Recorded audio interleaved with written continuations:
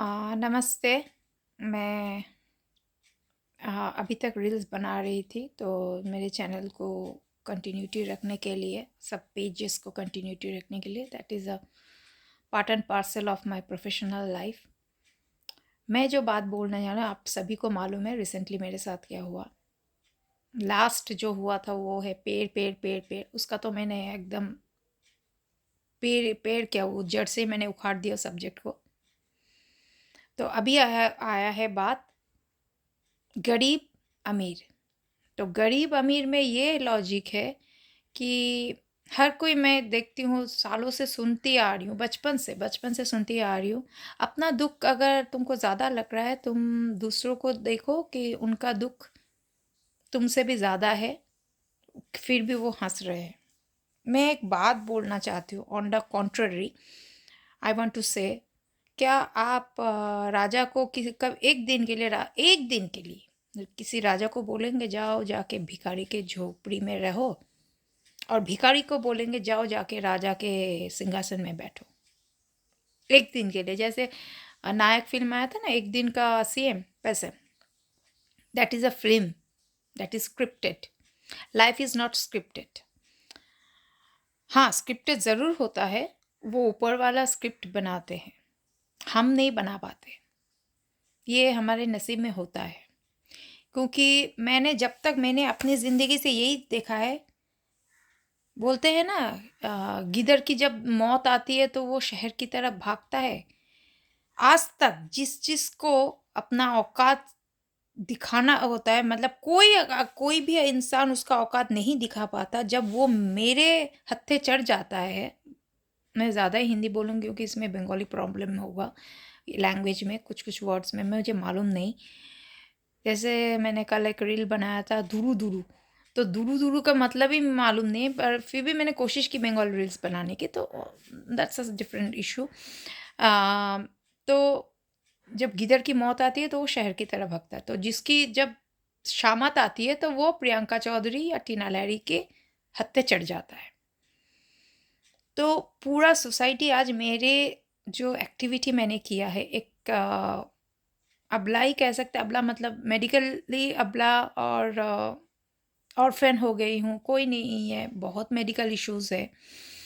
तो वो एक हिम्मत ले करके लाल बाज़ार कंट्रोल रूम में फ़ोन करके, वहाँ से बॉर्नगो पीएस में, बॉर्नगो पीएस से यहाँ, उसके बाद जो लीगल इश्यूज़ हो रहा है, अंडर प्रोसेस हो रहा है, वो मैं डिस्क्लोज़ नहीं करना चाहती। वक़्त आते ना आते आप सबको अब मैं अपडेट देते जाऊँगी क्या-क्या हुआ।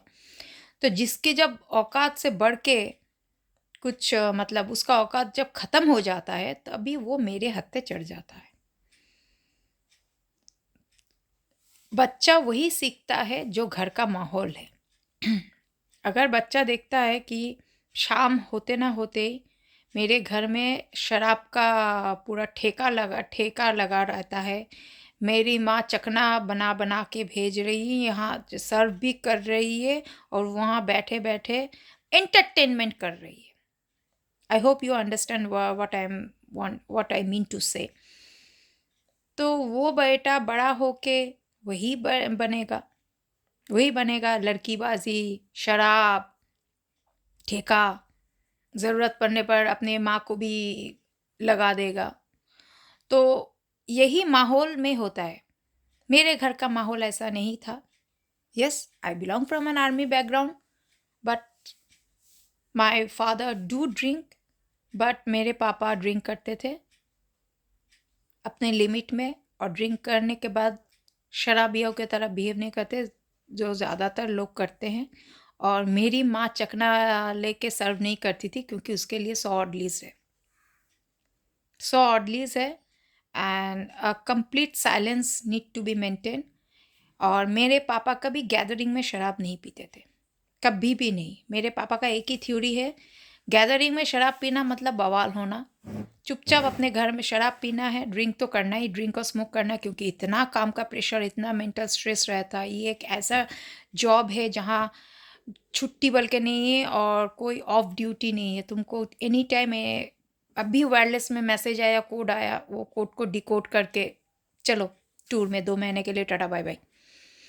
तो मैं उस माहौल में बड़ी हूँ, मैंने देखा है, पार्टीज़ देखे हैं, अल्कोहल पीना देखा है, सब कुछ देखा है, लेकिन maintaining the silence and decorum also.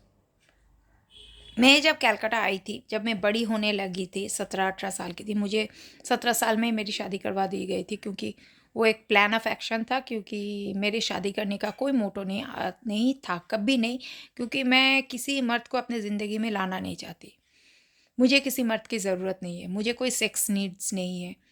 और रहा सवाल पैसा, मैं खुद कमा सकती हूँ, और मेरे पापा का जो दिया है, मेरे माँ का जो प्रॉपर्टी है टचवुड, और मैं जो कमा सकती हूँ, मैं उससे बहुत खुश रहती हूँ। और हाँ, मेरी एक दिली ख्वाहिश थी कि मैं किसी ऑर्फनेज से एक बच्ची को एडॉप्ट करूँगी, ये मेरी ख्वाहिश थी। तो मैन प्रोपोजेस गॉड डिस्पोजेस, माँ ने कुछ ये सब सोच के, माँ का तो हो गया पूरा पारा पारा ही चढ़ गया, माँ ने ज़बरदस्ती।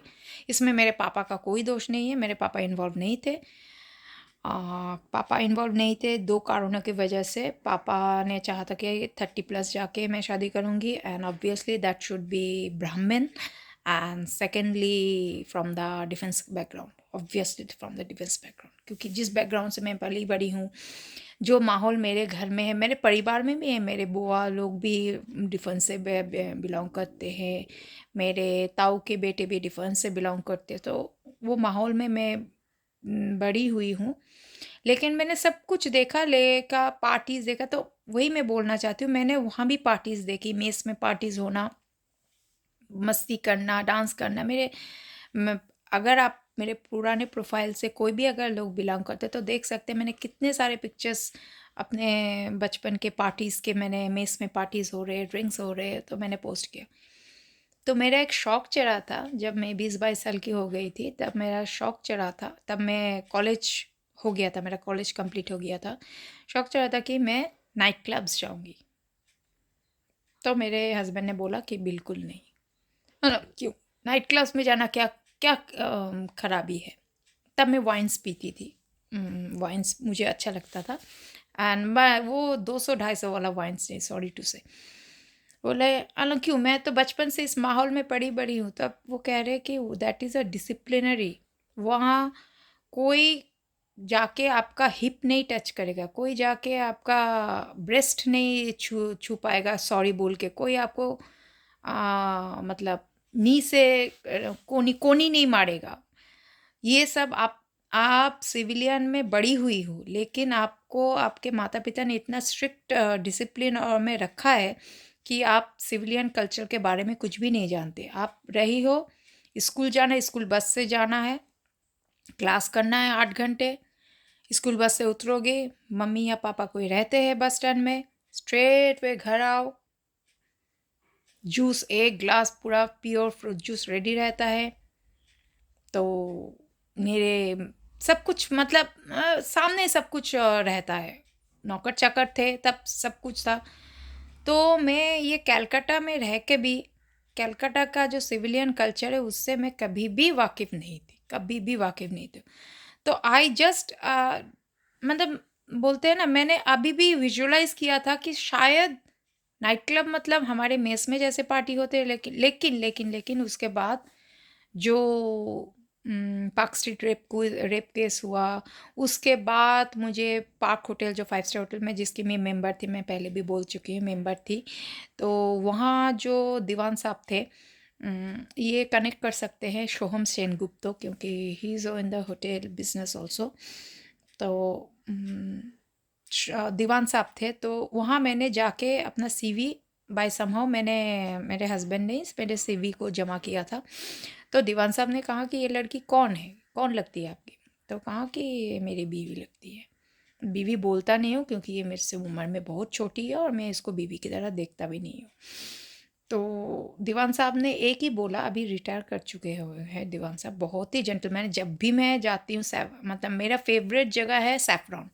हैंग आउट अगर करना है, तो थोड़ा सा चिल करना है, दोपहर का टाइम है, एक्वा बहुत अच्छा लगता है, otherwise breach. But when you are going for a lunch or dinner, saffron is too sophisticated. So does the butlers and the stewards, बहुत मुझसे तो बहुत एटिकेट्स के साथ बात करते हैं। तो जब दीवान साहब ने मुझे बुलाया, उसके बाद दीवान साहब ने मुझे वो पूछा, तो उनको एक ही बोला, कि मेरे हस्बैंड को एक ही बोला कि घर की बीवी को बाजारू बनाना है क्या? मत बनाओ। घर की बीवी को बाजारू मत बनाओ, किसी और प्रोफेशन में भेजो, वरना जॉब करवाओ। लेकिन at the end of the day I proved everyone wrong कि हर प्रोफेशन में गंदगी है। I got a chance in air hostess also from trade wings. I was in the training session also, लेकिन बीच में मेरे मामा ने ट्रेनिंग रुकवा दिए कि मुझे कहा गया कि सोफिस्टिकेटेड काम वाली बाई होगी क्या, लोगों का झूठा बर्तन उठाएगी। Yes, I completed half heartedly, मतलब 6 महीने में। एक्चुअली वो 2 साल का कोर्स था, मैंने 6 महीने ट्रेडिंग्स में मैंने एयर होस्टेस का कोर्स भी कंप्लीट किया था। तो हॉस्पिटैलिटी बिजनेस जो है, हॉस्पिटैलिटी डिपार्टमेंट जो है, serving from HDFC bank to AJ finance to APJ finance to Maruti showrooms का जो अकाउंट्स डिपार्टमेंट एवं सेल्स को हैंडल करना, टू ट्रेड विंग्स में एयर होस्टेस कोर्स से लेके मॉडलिंग, हर जगह मैंने देखा कि सब जगह में खराबी है। सब जगह में अगर आपको ऊंचा उठना है तो आपको सीनियर के साथ, in fact to not to forget law profession. इस बीच मुझे लॉ छोड़ना पड़ा, क्योंकि जब मैं प्रैक्टिस करने जा रही थी तो हो गया। यहाँ तक कि कुछ साल पहले, 7-8 साल पहले की बात कर रही हूँ, एक बंदे ने एक औरत के साथ रेप की थी अंडर सेक्शन 376। तो उसको मैंने जेल भिजवाया था। 36 डे का जेसी था। तो वहाँ भी ये इश्यूज़ हुआ था, वहाँ भी ये इश्यूज़ हुआ था। और नॉट टू फॉरगेट, वहाँ मैं जब बैरकपुर कोर्ट्स में जाती थी, मेरे से कितने जूनियर, मतलब 27-25 साल के नए नए लड़के, मतलब वहाँ जो मुझे पहले से ही जानते थे, वो लोग अपना काम धाम छोड़ के मुझे गार्ड करना शुरू कर दिया। क्योंकि हर कोई टीनेज लॉयर, मतलब ये 25-26 साल का बच्चा बच्चा लॉयर मेरे से इतना चिपक के, इतना ओवर फ्रेंडली हो रहा था कि मुझे अनकंफर्टेबल हो रहे थे। वो जगह मुझे अनकंफर्टेबल लगा। तो जो मेरे वहाँ वेल विशर्स थे, वहाँ जो काम करते थे, अपना फिरस्ता छोड़ के, वहाँ उसको जगह होता है कोर्ट, स्मॉल कोर्ट्स में जो होता है फिरस्ता बोलते हैं उसको, वो फिरस्ता छोड़ के मुझे गार्ड करने लग गए उन लॉयर्स से। तो मैंने हर प्लेटफॉर्म में ऐसा फेस किया है। और मैं ये कि एक ही बात कहूँगी, अपनी सुरक्षा के लिए अपना कोई खड़ा होना चाहिए, कोई आपके सामने नहीं आएगा। ऐसा ये नहीं, और भी बहुत सारे मेरे साथ दुर्घटनाएं घटी है, और मैंने वन हैंडेडली मैंने सिचुएशंस को हैंडल किया है। क्योंकि कोई इंसान अगर सही होना चाहे तो ये दुनिया आपको सही रास्ते में कभी रहने दे नहीं देगा। इसलिए मेरी ज़िंदगी में कुछ ज़्यादा ही मुश्किलात है कि अगर मैं किसी के साथ सो जाती, अगर मैं किसी के साथ मतलब 2-3 मेरे बॉयफ्रेंड्स रहते, या मॉडलिंग करते वक्त किसी के साथ होटल में चली जाती, तो मुझे शायद ये दिक्कत फेस नहीं करते पड़ते। जहाँ तक मैंने ये सब कभी किया नहीं है, अपने आप को सुरक्षित रखने की कोशिश की, और मुझे अगर कभी की करती तो मैं अब तक मैं ज़िंदा ही नहीं रहती। अब तक मैं ज़िंदा ही नहीं रहती, क्योंकि मेरे कंधों पे मेरे ख़ानदान का एक नाम का ज़िम्मेदारी है। मैं तो कोई सड़क छाप से उठी हुई अचानक आई नहीं हूँ। गरीब हूँ, लेकिन मेरे में जो हुनर है, और मैं जिस फैमिली से from both parents, mother and father belong करती हूँ, मुझे उसका टैग लेके चलना पड़ेगा अंतिम सांस तक। तो मैं ऐसा कोई काम करना नहीं चाहती ज़िंदगी में कि मेरे पूर्वजों को दुख हो। मैं जब एक श्राद्ध किया जाता है, जैसे मैंने पापा का श्राद्ध किया, पापा का बरसी किया, मम्मी का श्राद्ध किया, मम्मी का बरसी किया, अभी आ रहा है जनवरी में 25 तारीख को पापा का बरसी फिर आ रहा है। तो तब जाके पूर्वजों का जब नाम लिया जाता है, वो पूर्वज लोग तभी मुझे दुआएं देंगे जब मैं अच्छा कर्म करूँगी। और ये गटर के लोगों जिनका कोई वजूद नहीं है, जो मतलब भिखारी भी इज्जत की ज़िंदगी जीते, भिखारी किसी चोट चक्कू नहीं है। भिखारी को कभी भी बुरी नज़र से मत देखिए और उसको जलील मत कीजिए। वो मांग के खा रहे, वो असमर्थ है, मांग के खा रहे। लेकिन जो चोरो चक्कू है, जो मतलब छिचोड़े है, छिचोड़े, इन लोगों को सिर्फ एक ही वर्ड यूज़ कर देते हैं, छिचोड़े। और धरती के बोझ है, समाज का एक कलंक है। उन लोग का औकात नहीं दिखाया तो क्या मैं इतने बड़े खानदान से बिलोंग करती हूँ? नहीं, उन लोग को उनका औकात दिखाना चाहिए। जो लोग राजा थे, आज वो राजा नहीं रहे, लेकिन फिर भी उनका जो एटीट्यूड है वो राजा की तरह ही रहेगा, क्योंकि ये खून की बात है। और जो गटर के माल है, मैं कोई एनिमल को बोल नहीं सकती, गटर के जो माल है वो मैनहोल के ही रहेंगे, क्योंकि उनका जीन मैनहोल के तरह ही है। वो कभी, उनके पास लाखों करोड़ों क्या मतलब, वो अगर अंबानी के तरह भी बराबरी पर करने का पैसा आ जाए ना, उनका सोच, उनका जो स्टैंडर्ड ऑफ लिविंग बोलिए, उनका जो मुंह खोलने से जो मैनहोल का बदबू आता है, तो उनका वही लगेगा। वो हर चीज़ में स्लैंग्स लाएंगे, ये लाएंगे, तो वो वही है। मैं जो आप लोगों से बात कर रही हूँ, मैंने, आप मेरे इतने सारे वीडियोस देखते हैं, सालों से मैं सोशल प्लेटफॉर्म में एक्टिव हूँ। कोई बोल पाएगा कि मैंने किसी के ऊपर गाली गलौज यूज़ किया है? नहीं, क्योंकि ये मेरे खून में नहीं है। मेरे पापा बहुत बहुत गुस्सेदार वाले थे। मेरी माँ बहुत गुस्से वाली थी, लेकिन स्लैंग्स मेरे पापा कभी यूज़ नहीं करते थे। कभी कभार बंगाली कल्चर में मम्मी कभी गुस्से में कुछ शैतान वैतान ऐसा कुछ बोल देती थी, लेकिन मेरे पापा ने कभी भी किसी के ऊपर स्लैंग्स यूज़ नहीं किया। तो उसको मद्देनज़र रखते हुए मैं तो कोई गंदा काम कर नहीं पाऊंगी ना। लेकिन हाँ, इसका टाइम आ गया है।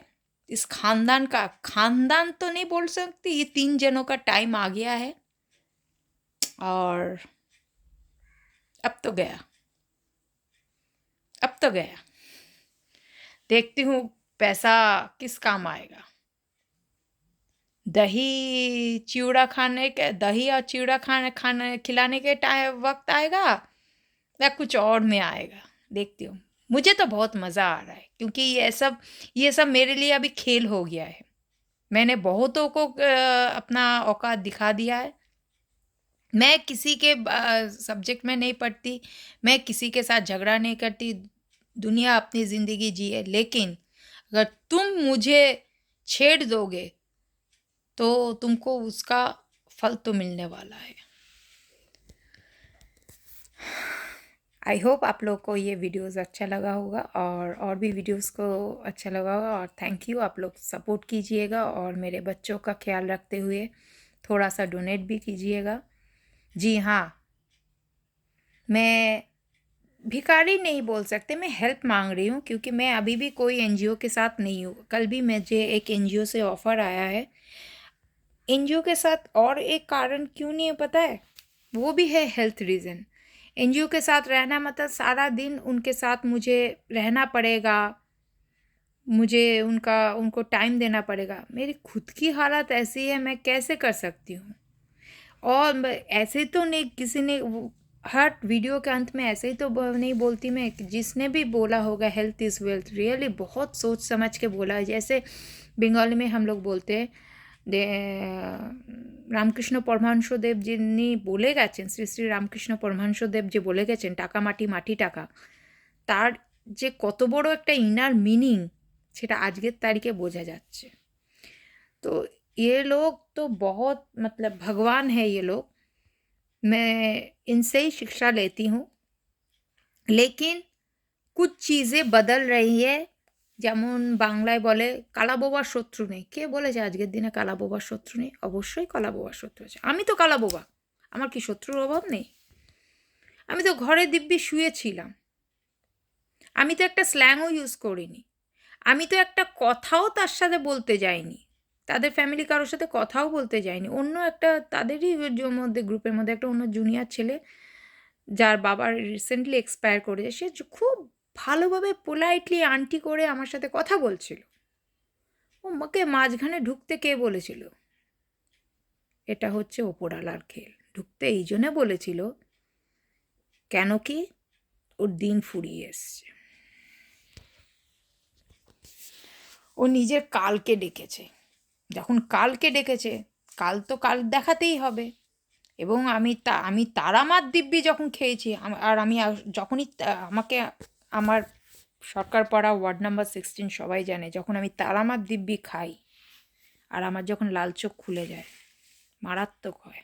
আপনারা জানেন না, কিন্তু পাড়ায় যারা যারা দেখছেন আমার ভিডিও তারা জানেন আমি যখন যখন তারা মায়ের দিব্যি খেয়েছি, সেটা আমি পুরো প্রুফ করে দেখিয়ে দিয়েছি যে করতে পারি কি পারি না। আমি কে কি জানার দরকার নেই। তুমি আমার সাথে যা করেছো, যা নোংরা কথা বলেছো, তোমাকে তোমাকে কেন, তোমার পুরো ফ্যামিলিকে সেটা ভুগতে হবে। জাস্ট আবার আমাকে পেশেন্স রাখতে হবে, ওয়েট অ্যান্ড ওয়াচ, একটু ধৈর্য ধরতে হবে, যেটা আমার মধ্যে একদম নেই। मुझ में बिल्कुल भी पेशेंस नहीं है. I don't have a bit of patience, but time is changing, everything is changing. As such, the climate is also changing.